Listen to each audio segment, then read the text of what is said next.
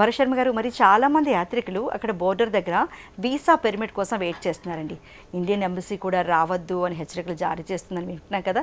అసలు ఏంటండి అక్కడ మొత్తంగా పరిస్థితి ఎలా కనిపిస్తోందండి? ఈ యాత్రకి మనకు చైనీస్ వారు ముందుగా ఒక పర్మిట్ ఇవ్వాల్సి వస్తుంది, ఇన్విటేషన్ లెటర్ అనేటువంటి ఒక పేరు మీద.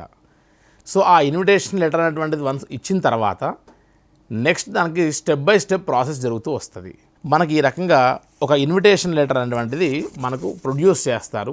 ఏ బార్డర్ నుంచి ఏదర్ బై రోడ్ రూటా లేకపోతే హెలికాప్టర్ రూటా అనేటువంటిది చాలా క్లియర్గా మెన్షన్ చేస్తారు దీంట్లో. సో ఈ ఇన్విటేషన్ లెటర్ అనేటువంటిది పర్మిట్ అంటాం మనం.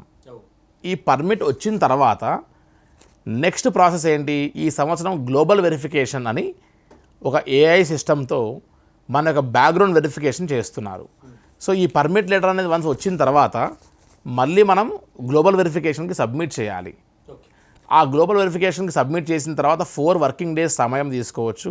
టైం ఎక్కువ తీసుకుంటే కూడా ఒక 1-2 డేస్ మళ్ళీ బఫరింగ్గా పెట్టుకోవాలి. సో ఆల్మోస్ట్ ఒక 1 వీక్ గ్లోబల్ వెరిఫికేషన్కి అయిపోయింది పర్మిట్ వచ్చిన తర్వాత.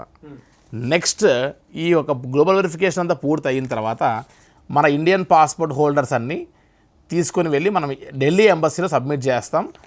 ఏ ప్రాసెస్ కోసం? వీసా ప్రాసెస్ కోసం.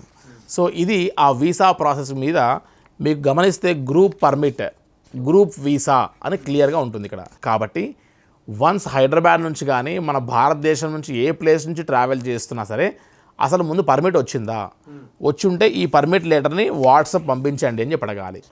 ఇవి కూడా డూప్లికేట్ చేసి జస్ట్ ఎడిటింగ్లో ఈ నేమ్స్ మార్చి పంపించేటువంటి కంపెనీస్ కూడా చాలా ఉన్నాయి.